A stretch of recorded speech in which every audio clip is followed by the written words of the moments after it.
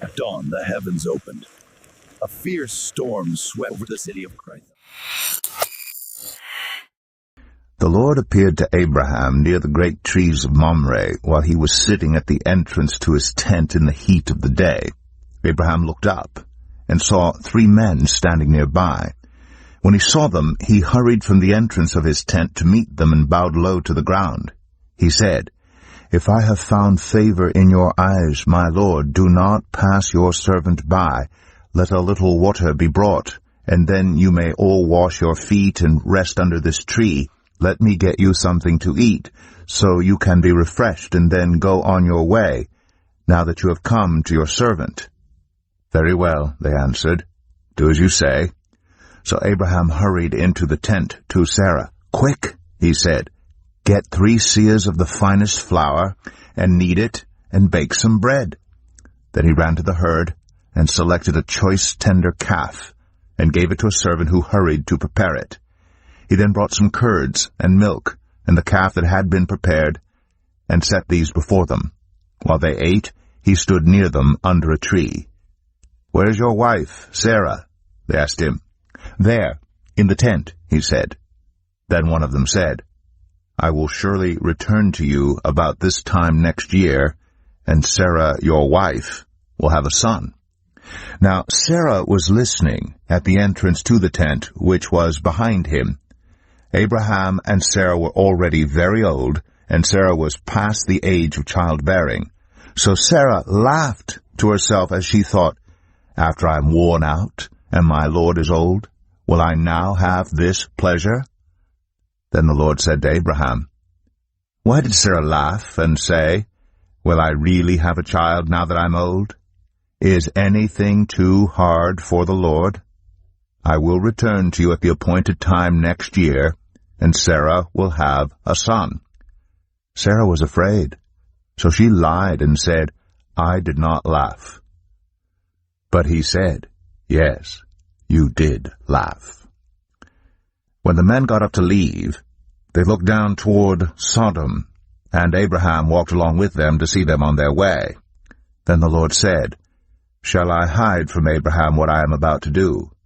Abraham will surely become a great and powerful nation, and all nations on earth will be blessed through him. For I have chosen him so that he will direct his children and his household after him to keep the way of the Lord by doing what is right and just, so that the Lord will bring about for Abraham what he has promised him."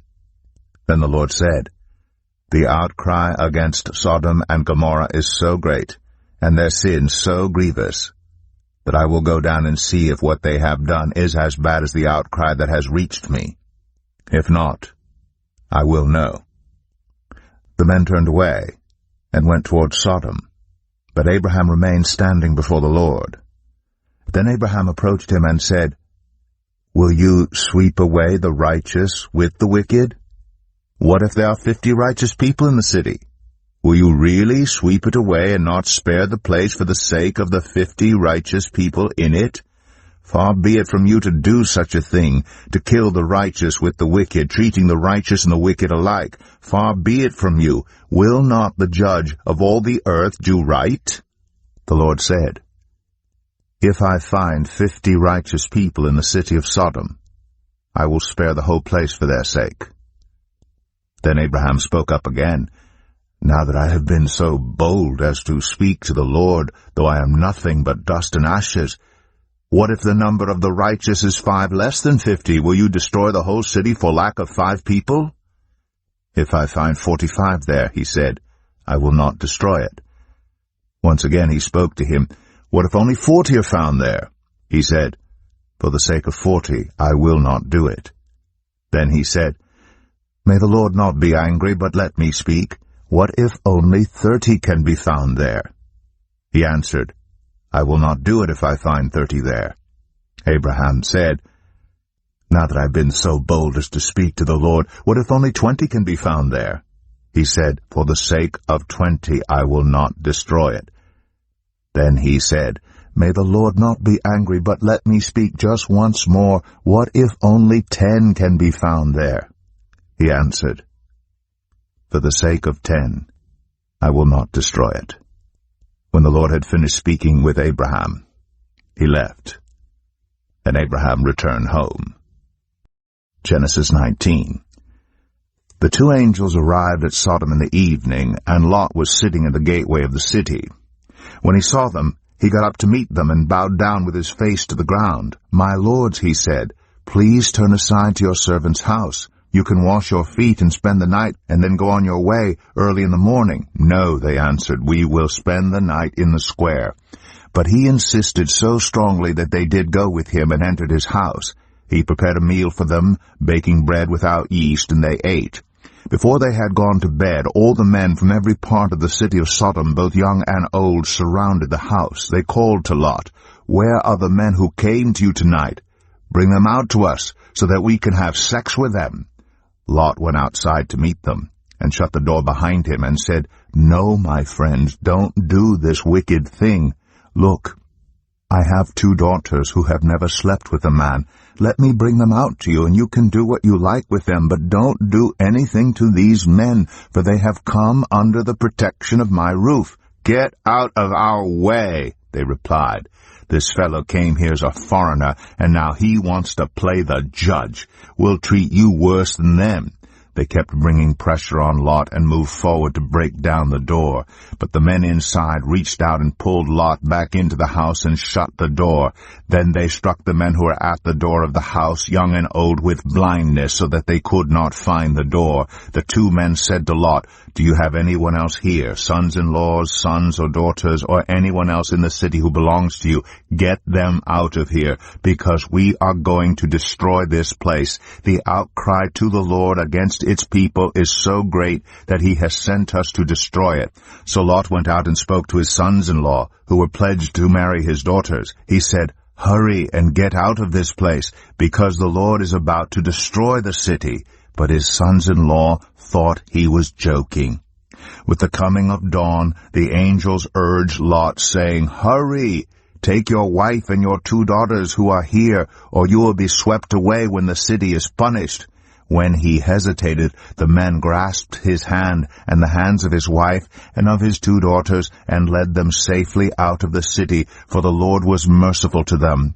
As soon as they had brought them out, one of them said, "Flee for your lives. Don't look back and don't stop anywhere in the plain. Flee to the mountains, or you will be swept away." But Lot said to them, "No, my lords, please. Your servant has found favor in your eyes, and you have shown great kindness to me in sparing my life. But I can't flee to the mountains. This disaster will overtake me, and I'll die.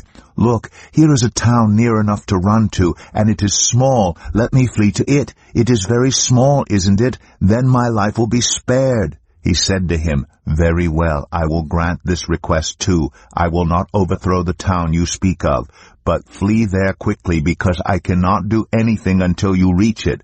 That is why the town was called Zoar. By the time Lot reached Zoar, the sun had risen over the land. Then the Lord rained down burning sulfur on Sodom and Gomorrah from the Lord out of the heavens. Thus he overthrew those cities and the entire plain, destroying all those living in the cities and also the vegetation in the land. But Lot's wife looked back, and she became a pillar of salt. Early the next morning, Abraham got up and returned to the place where he had stood before the Lord. He looked down toward Sodom and Gomorrah, toward all the land of the plain, and he saw dense smoke rising from the land, like smoke from a furnace. So when God destroyed the cities of the plain, he remembered Abraham, and he brought Lot out of the catastrophe that overthrew the cities where Lot had lived. Lot and his 2 daughters left Zoar and settled in the mountains, for he was afraid to stay in Zoar. He and his 2 daughters lived in a cave. One day the older daughter said to the younger, "Our father is old, and there is no man around here to give us children, as is the custom all over the earth. Let's get our father to drink wine, and then sleep with him, and preserve our family line through our father." That night they got their father to drink wine, and the older daughter went in and slept with him. He was not aware of it when she lay down, or when she got up. The next day the older daughter said to the younger, Last night I slept with my father. Let's get him to drink wine again tonight, and you go in and sleep with him so we can preserve our family line through our father." So they got their father to drink wine that night also. And the younger daughter went in and slept with him. Again he was not aware of it when she lay down or when she got up. So both of Lot's daughters became pregnant by their father. The older daughter had a son, and she named him Moab. He is the father of the Moabites of today. The younger daughter also had a son, and she named him Ben-Ami. He is the father of the Ammonites of today. Genesis 20. Now Abraham moved on from there into the region of the Negev, and lived between Kadesh and Shur. For a while he stayed in Gerar, and there Abraham said of his wife Sarah, "She is my sister." Then Abimelech, king of Gerar, sent for Sarah and took her. But God came to Abimelech in a dream one night and said to him, "You are as good as dead because of the woman you have taken. She is a married woman." Now Abimelech had not gone near her, so he said, "Lord, will you destroy an innocent nation? Did he not say to me, 'She is my sister'? And didn't she also say, 'He is my brother'? I have done this with a clear conscience and clean hands." Then God said to him in the dream, "Yes, I know you did this with a clear conscience, and so I have kept you from sinning against me. That is why I did not let you touch her.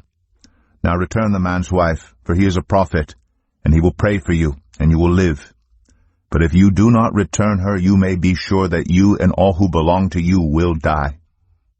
Early the next morning Abimelech summoned all his officials, and when he told them all that had happened, they were very much afraid. Then Abimelech called Abraham in and said, "What have you done to us? How have I wronged you that you have brought such great guilt upon me and my kingdom? You have done things to me that should never be done." And Abimelech asked Abraham, "What was your reason for doing this?" Abraham replied, "I said to myself, there is surely no fear of God in this place, and they will kill me because of my wife. Besides, she really is my sister, the daughter of my father, though not of my mother. And she became my wife. And when God had me wander from my father's household, I said to her, 'This is how you can show your love to me. Everywhere we go, say of me, he is my brother.' Then Abimelech brought sheep and cattle, and male and female slaves, and gave them to Abraham, and he returned Sarah his wife to him. And Abimelech said, 'My land is before you, live wherever you like.' To Sarah he said, 'I am giving your brother 1,000 shekels of silver. This is to cover the offense against you before all who are with you. You are completely vindicated.' Then Abraham prayed to God, and God healed Abimelech his wife, and his female slaves, so they could have children again. For the Lord had kept all the women in Abimelech's household from conceiving because of Abraham's wife Sarah. Genesis 21. Now the Lord was gracious to Sarah, as he had said. And the Lord did for Sarah what he had promised. Sarah became pregnant and bore a son to Abraham in his old age, at the very time God had promised him. Abraham gave the name Isaac to the son Sarah bore him. When his son Isaac was 8 days old, Abraham circumcised him as God commanded him. Abraham was 100 years old when his son Isaac was born to him. Sarah said, "God has brought me laughter, and everyone who hears about this will laugh with me." And she added, "Who would have said to Abraham that Sarah would nurse children? Yet I have borne him a son in his old age." The child grew and was weaned. And on the day Isaac was weaned, Abraham held a great feast. But Sarah saw that the son whom Hagar the Egyptian had borne to Abraham was mocking, and she said to Abraham, "Get rid of that slave woman and her son, for that woman's son will never share in the inheritance with my son Isaac." The matter distressed Abraham greatly, because it concerned his son. But God said to him, "Do not be so distressed about the boy and your slave woman. Listen to whatever Sarah tells you, because it is through Isaac that your offspring will be reckoned. I will make the son of the slave into a nation also, because he is your offspring." Early the next morning Abraham took some food and a skin of water and gave them to Hagar. He set them on her shoulders and then sent her off with the boy. She went on her way and wandered in the desert of Beersheba. When the water in the skin was gone, she put the boy under one of the bushes. Then she went off and sat down about a bowshot away, for she thought, I cannot watch the boy die. And as she sat there, she began to sob. God heard the boy crying, and the angel of God called to Hagar from heaven and said to her, What is the matter, Hagar? Do not be afraid. God has heard the boy crying as he lies there. Lift the boy up, and take him by the hand, for I will make him into a great nation. Then God opened her eyes, and she saw a well of water. So she went and filled the skin with water, and gave the boy a drink. God was with the boy as he grew up. He lived in the desert and became an archer. While he was living in the desert of Paran, his mother got a wife for him from Egypt. At that time Abimelech and Phicol, the commander of his forces, said to Abraham, God is with you in everything you do. Now swear to me here before God that you will not deal falsely with me or my children or my descendants. Show to me in the country where you now reside as a foreigner the same kindness I have shown to you. Abraham said, I swear it. Then Abraham complained to Abimelech about a well of water that Abimelech's servants had seized. But Abimelech said, I don't know who has done this. You did not tell me, and I heard about it only today. So Abraham brought sheep and cattle and gave them to Abimelech, and the two men made a treaty. Abraham set apart 7 ewe lambs from the flock. And Abimelech asked Abraham, What is the meaning of these 7 ewe lambs you have set apart by themselves? He replied, Accept these 7 lambs from my hand as a witness that I dug this well. So that place was called Beersheba, because the 2 men swore an oath there. After the treaty had been made at Beersheba, Abimelech and Phicol, the commander of his forces, returned to the land of the Philistines. Abraham planted a tamarisk tree in Beersheba, and there he called on the name of the Lord, the eternal God. And Abraham stayed in the land of the Philistines for a long time. Genesis 22.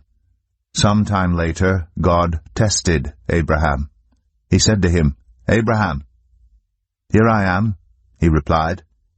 Then God said, Take your son, your only son, whom you love, Isaac, and go to the region of Moriah. Sacrifice him there as a burnt offering on a mountain I will show you. Early the next morning Abraham got up and loaded his donkey. He took with him 2 of his servants and his son, Isaac. When he had cut enough wood for the burnt offering, he set out for the place God had told him about. On the 3rd day, Abraham looked up and saw the place in the distance. He said to his servants, Stay here with the donkey, while I and the boy go over there. We will worship, and then we will come back to you. Abraham took the wood for the burnt offering and placed it on his son Isaac, and he himself carried the fire and the knife. As the 2 of them went on together, Isaac spoke up and said to his father Abraham, Father? Yes, my son, Abraham replied. The fire and wood are here, Isaac said. But where is the lamb for the burnt offering? Abraham answered, God himself will provide the lamb for the burnt offering, my son. And the 2 of them went on together. When they reached the place God had told him about, Abraham built an altar there and arranged the wood on it. He bound his son Isaac and laid him on the altar on top of the wood. Then he reached out his hand and took the knife to slay his son. But the angel of the Lord called out to him from heaven, Abraham, Abraham, here I am, he replied. Do not lay a hand on the boy, he said. Do not do anything to him. Now I know that you fear God, because you have not withheld from me your son, your only son. Abraham looked up, and there in a thicket he saw a ram caught by its horns. He went over and took the ram and sacrificed it as a burnt offering instead of his son. So Abraham called that place, The Lord Will Provide.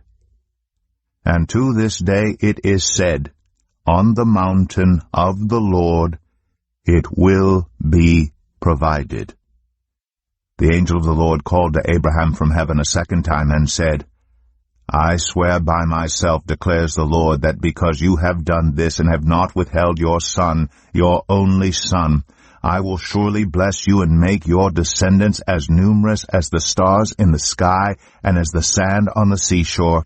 Your descendants will take possession of the cities of their enemies, and through your offspring all nations on earth will be blessed because you have obeyed me. Then Abraham returned to his servants, and they set off together for Beersheba, and Abraham stayed in Beersheba. Sometime later Abraham was told, Milcah is also a mother. She has borne sons to your brother Nahor, Uz the firstborn, Buz his brother, Kemuel the father of Aram, Kesed, Hazo, Pildash, Jidlaph, and Bethuel. Bethuel became the father of Rebekah. Milcah bore these 8 sons to Abraham's brother Nahor. His concubine, whose name was Rumah, also had sons, Teba, Gaham, Tahash, and Makkah. Genesis 23. Sarah lived to be 127 years old. She died at Kiriath Arba, that is Hebron, in the land of Canaan, and Abraham went to mourn for Sarah, and to weep over her. Then Abraham rose from beside his dead wife, and spoke to the Hittites. He said, I am a foreigner and stranger among you. Sell me some property for a burial site here so I can bury my dead. The Hittites replied to Abraham, Sir, listen to us. You are a mighty prince among us. Bury your dead in the choicest of our tombs. None of us will refuse you his tomb for burying your dead. Then Abraham rose and bowed down before the people of the land, the Hittites. He said to them, If you are willing to let me bury my dead, then listen to me and intercede with Ephron, son of Zohar, on my behalf. So he will sell me the cave of Machpelah, which belongs to him, and is at the end of his field. Ask him to sell it to me for the full price as a burial site among you. Ephron the Hittite was sitting among his people, and he replied to Abraham in the hearing of all the Hittites who had come to the gate of his city, No, my lord, he said, listen to me. I give you the field, and I give you the cave that is in it. I give it to you in the presence of my people. Bury your dead. Again Abraham bowed down before the people of the land, and he said to Ephron in their hearing, Listen to me, if you will. I will pay the price of the field. Accept it from me so I can bury my dead there. Ephron answered Abraham, Listen to me, my lord. The land is worth 400 shekels of silver. But what is that between you and me? Bury your dead. Abraham agreed to Ephron's terms and weighed out for him the price he had named in the hearing of the Hittites, 400 shekels of silver, according to the weight current among the merchants. So Ephron's field in Machpelah, near Mamre, both the field and the cave in it and all the trees within the borders of the field, was deeded to Abraham as his property in the presence of all the Hittites who had come to the gate of the city. Afterward Abraham buried his wife Sarah in the cave in the field of Machpelah, near Mamre, which is at Hebron, in the land of Canaan. So the field and the cave in it were deeded to Abraham by the Hittites as a burial site. Genesis 24. Abraham was now very old, and the Lord had blessed him in every way. He said to the senior servant in his household, the one in charge of all that he had, Put your hand under my thigh.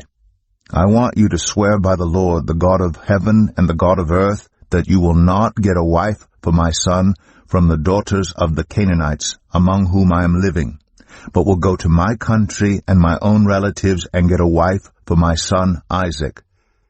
The servant asked him, What if the woman is unwilling to come back with me to this land? Shall I then take your son back to the country you came from?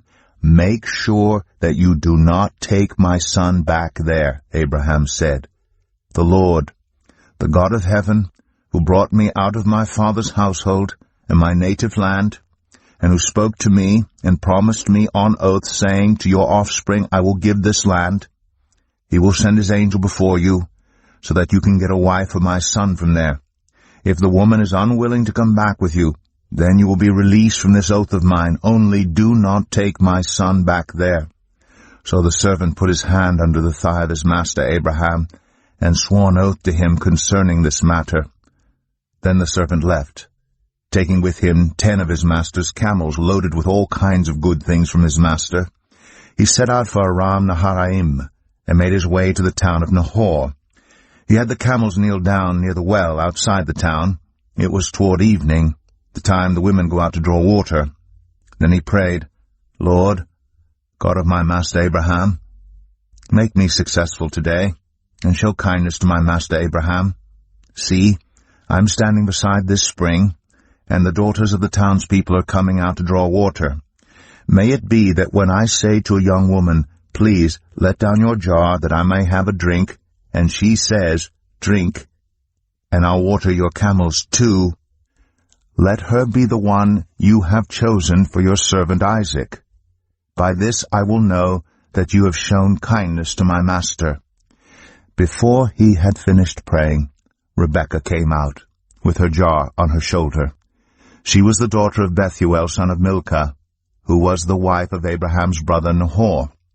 The woman was very beautiful, a virgin. No man had ever slept with her. She went down to the spring, filled her jar, and came up again. The servant hurried to meet her and said, please, give me a little water from your jar. Drink, my lord, she said, and quickly lowered the jar to her hands and gave him a drink. After she had given him a drink, she said, I'll draw water for your camels too, until they have had enough to drink. So she quickly emptied her jar into the trough, ran back to the well to draw more water, and drew enough for all his camels. Without saying a word, the man watched her closely to learn whether or not the Lord had made his journey successful. When the camels had finished drinking, the man took out a gold nose ring weighing a beka, and 2 gold bracelets weighing 10 shekels. Then he asked, Whose daughter are you? Please tell me, is there room in your father's house for us to spend the night? She answered him, I am the daughter of Bethuel, the son that Milcah bore to Nahor. And she added, We have plenty of straw and fodder, as well as room for you to spend the night. Then the man bowed down and worshipped the Lord, saying, Praise be to the Lord, the God of my master Abraham, who has not abandoned his kindness and faithfulness to my master. As for me, the Lord has led me on the journey to the house of my master's relatives. The young woman ran and told her mother's household about these things. Now Rebekah had a brother named Laban, and he hurried out to the man at the spring. As soon as he had seen the nose ring and the bracelets on his sister's arms, and had heard Rebekah tell what the man said to her, he went out to the man and found him standing by the camels near the spring. Come, you who are blessed by the Lord, he said. Why are you standing out here? I have prepared the house and a place for the camels. So the man went to the house, and the camels were unloaded. Straw and fodder were brought for the camels, and water for him and his men to wash their feet. Then food was set before him, but he said, I will not eat until I have told you what I have to say. Then tell us, Laban said. So he said, I am Abraham's servant. The Lord has blessed my master abundantly, and he has become wealthy. He has given him sheep and cattle, silver and gold, male and female servants, and camels and donkeys. My master's wife Sarah has borne him a son in her old age, and he has given him everything he owns. And my master made me swear an oath and said, You must not get a wife for my son from the daughters of the Canaanites in whose land I live, but go to my father's family and to my own clan and get a wife for my son. Then I asked my master, What if the woman will not come back with me? He replied, The Lord, before whom I have walked faithfully, will send his angel with you and make your journey a success, so that you can get a wife for my son from my own clan and from my father's family. You will be released from my oath if, when you go to my clan, they refuse to give her to you. Then you will be released from my oath. When I came to the spring today, I said, Lord, God of my master Abraham, if you will, please grant success to the journey on which I have come. See, I am standing beside this spring. If a young woman comes out to draw water, and I say to her, please let me drink a little water from your jar, and if she says to me, drink, and I'll draw water for your camels too, let her be the one the Lord has chosen for my master's son. Before I finished praying in my heart, Rebekah came out with her jar on her shoulder. She went down to the spring and drew water, and I said to her, please give me a drink. She quickly lowered her jar from her shoulder and said, drink, and I'll water your camels too. So I drank, and she watered the camels also. I asked her, whose daughter are you? She said, the daughter of Bethuel, son of Nahor, whom Milcah bore to him. Then I put the ring in her nose and the bracelets on her arms, and I bowed down and worshipped the Lord. I praised the Lord, the God of my master Abraham, who had led me on the right road to get the granddaughter of my master's brother for his son. Now if you will show kindness and faithfulness to my master, tell me, and if not, tell me, so I may know which way to turn. Laban and Bethuel answered, this is from the Lord. We can say nothing to you one way or the other. Here is Rebekah. Take her and go, and let her become the wife of your master's son, as the Lord has directed. When Abraham's servant heard what they said, he bowed down to the ground before the Lord. Then the servant brought out gold and silver jewelry and articles of clothing and gave them to Rebekah. He also gave costly gifts to her brother and to her mother. Then he and the men who were with him ate and drank and spent the night there. When they got up the next morning, he said, send me on my way to my master. But her brother and her mother replied, let the young woman remain with us 10 days or so. Then you may go. But he said to them, do not detain me, now that the Lord has granted success to my journey. Send me on my way so I may go to my master. Then they said, let's call the young woman and ask her about it. So they called Rebekah and asked her, will you go with this man? I will go, she said. So they sent their sister Rebekah on her way, along with her nurse, and Abraham's servant, and his men. And they blessed Rebekah, and said to her, our sister, may you increase to thousands upon thousands. May your offspring possess the cities of their enemies. Then Rebekah and her attendants got ready, and mounted the camels, and went back with the man. So the servant took Rebekah and left. Now Isaac had come from Beer-lahai-roi, for he was living in the Negev. He went out to the field one evening to meditate, and as he looked up he saw camels approaching. Rebekah also looked up, and saw Isaac. She got down from her camel, and asked the servant, who is that man in the field coming to meet us? He is my master, the servant answered. So she took her veil, and covered herself. Then the servant told Isaac all he had done. Isaac brought her into the tent of his mother Sarah, and he married Rebekah. So she became his wife, and he loved her. And Isaac was comforted after his mother's death. Genesis 25. Abraham had taken another wife, whose name was Keturah. She bore him Zimran, Jokshan, Medan, Midian, Ishbak, and Shua. Jokshan was the father of Sheba and Dedan. The descendants of Dedan were the Asherites, the Letushites, and the Leumites.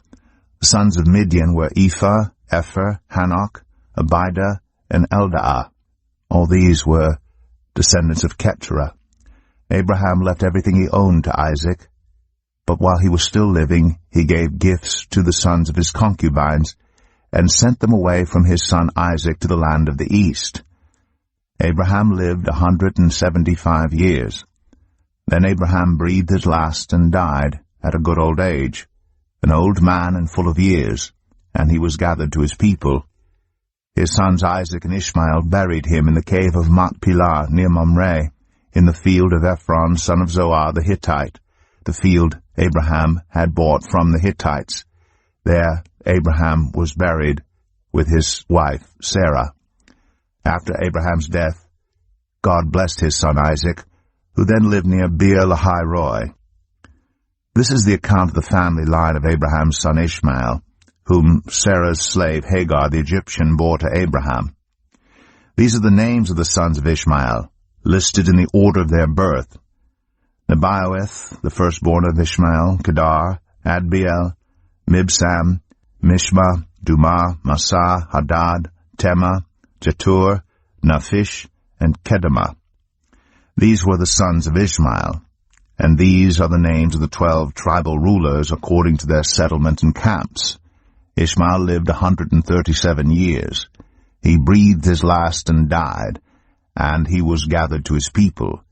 His descendants settled in the area from Havilah to Shur, near the eastern border of Egypt, as you go toward Ashur, and they lived in hostility toward all the tribes related to them. This is the account of the family line of Abraham's son Isaac. Abraham became the father of Isaac, and Isaac was 40 years old when he married Rebekah, daughter of Bethuel, the Aramean from Padam Aram, and sister of Laban the Aramean. Isaac prayed to the Lord on behalf of his wife because she was childless. The Lord answered his prayer, and his wife Rebekah became pregnant. The babies jostled each other within her, and she said, "Why is this happening to me?" So she went to inquire of the Lord. The Lord said to her, "2 nations are in your womb, and 2 peoples from within you will be separated. One people will be stronger than the other, and the older will serve the younger." When the time came for her to give birth, there were twin boys in her womb. The first to come out was red, and his whole body was like a hairy garment. So they named him Esau. After this his brother came out, with his hand grasping Esau's heel. So he was named Jacob. Isaac was 60 years old when Rebekah gave birth to them. The boys grew up, and Esau became a skillful hunter, a man of the open country, while Jacob was content to stay at home among the tents. Isaac, who had a taste for wild game, loved Esau, but Rebekah loved Jacob. Once when Jacob was cooking some stew, Esau came in from the open country, famished. He said to Jacob, "Quick, let me have some of that red stew. I'm famished." That is why he was also called Edom.